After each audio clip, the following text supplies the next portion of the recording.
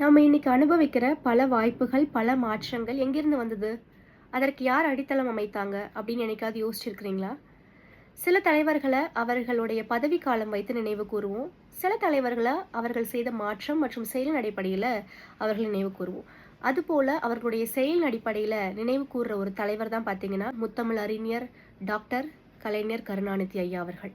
தமிழ்நாட்டில் சமூக நீதி, இடஒதுக்கீடு, பிற்படுத்தப்பட்டோர்களுடைய முன்னேற்றம், இந்த போன்ற கேள்விகள் தமிழக அரசினுடைய கொள்கைகளாக மாறியிருக்கு அப்படின்னும் பொழுது அந்த பயணத்துல கலைஞர் ஐயா அவர்களுடைய பங்கு இன்றியமையாதது. ஒரு தலைவரை குறித்து அனைத்து மக்களும் ஒரே கருத்துல இருக்கணும் அப்படின்ற அவசியம் இல்லை.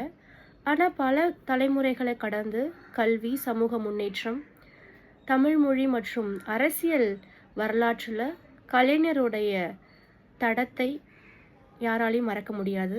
கலைஞர் மறைந்திருக்கலாம், ஆனால் அவர் உருவாக்கிய வாய்ப்புகள், சிந்தனைகள், நினைவுகள் தமிழ்நாட்டில் என்றும் நிலைத்திருக்கும். இன்று அவரது பிறந்த நாளில் அவருடைய பங்களிப்புகளையும் அவர் விட்டு சென்ற சிந்தனைகளையும் நினைவு கூர்வோம்.